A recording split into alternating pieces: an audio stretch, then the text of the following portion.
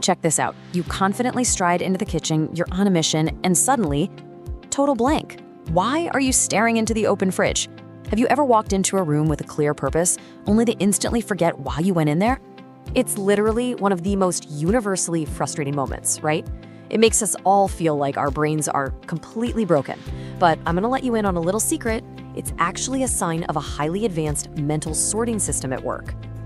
In this explainer, we're diving into the fascinating psychological science behind our most relatable memory glitches. And we're kicking things off with the infamous doorway mystery. Part 1, the doorway effect and event boundaries. Let's pull back the curtain on exactly why moving from one room to another just completely wipes our short-term memory.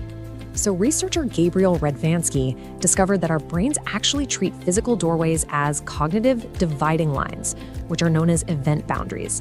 Basically, when you cross a threshold, your mind separates that episode of activity and files it away to save up memory space.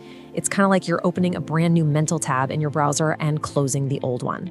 When he tested this on college students, Radvansky found something absolutely amazing. Walking the exact same distance across a single room, their memories stayed perfectly intact. But crossing through a doorway, that forced the brain to compartmentalize the thought, making it so much harder to retrieve. The physical boundary actually created a mental boundary. And honestly, here's the craziest part of the whole thing. It isn't just about losing visual sight of your original room. Experiments showed that walking through a doorway in a completely clear glass wall still caused the memory glitch. No way, right? The mere act of physically passing through a frame is enough to trigger your brain to wipe the slate clean. Moving on to part 2, tip of the tongue. What about those times when a word gets stuck in your head and you can practically feel it, but you just can't get it out? Researchers actually call this the tip of the tongue state.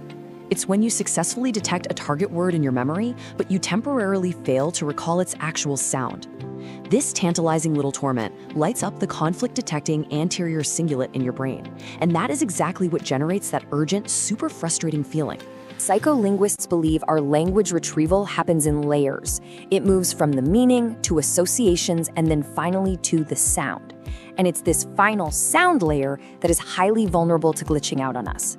It's like your brain knows exactly what the word means, but the audio file just refuses to play. We frequently get stuck on proper nouns, infrequent words, or abstract concepts like, say, idiosyncrasy. This usually happens when your brain surfaces a red herring blocker. So imagine you're desperately trying to remember the name Judy Garland, but your brain just keeps confidently supplying the name Dorothy instead. It's literally blocking the actual answer. Your environment plays a massive role here too. Things like high stress, multitasking, switching between multiple languages, and aging, they all increase the frequency of these tip-of-the-tongue stumbles. Basically, if your brain is distracted or overloaded, that retrieval pathway just derails. So how do we actually fix it?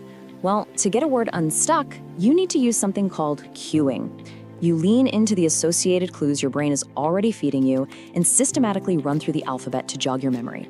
Doing this helps narrow down the search in your mental archives. Part 3, what is thought blocking? Sometimes, you aren't just missing a single word. You stop speaking mid-sentence because your entire train of thought has completely vanished. This phenomenon is called thought blocking.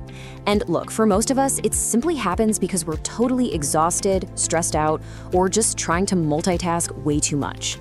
If you're trying to navigate heavy traffic while telling a really complex story, your brain might just drop the story entirely so it can focus on keeping you safe on the road. Now, while occasional thought blocking is just normal brain fatigue, it can sometimes be a symptom of a deeper medical condition. In more severe cases, it can present as disorganized speech in conditions like psychosis or schizophrenia. Which brings us to part 4, when to worry. And this is probably the most important question. How do we actually tell the difference between these normal, completely harmless brain glitches and true cognitive decline? Well, the difference really lies in function. Misplacing your keys every now and then? That's just standard, typical forgetfulness. We all do it. But losing the ability to retrace your steps or, say, actually forgetting what keys are even used for, those are signs of dementia. It really comes down to the difference between losing a physical object and losing the fundamental concept of that object. According to medical experts at Henry Ford Health, some serious red flags would include profound confusion with time or place, really struggling to complete familiar daily tasks, or a sudden inability to manage your daily medications safely. If you or a loved one are experiencing those severe signs, it is absolutely time to see a doctor. But for everyone else, protecting your memory really just comes down to early preventative measures. Things like controlling your blood pressure and diabetes, eating a healthy diet, getting regular exercise, and keeping your mind actively stimulated, those are for sure your best defenses. I really want to highlight this quote from Dr. Blake Arthurs. He says, "Dementia, or a degree of memory loss that affects daily living, is not a normal or inevitable part of aging." So the next time you lose your train of thought or forget why on earth you just walked into the kitchen, just take a deep breath and give yourself some grace.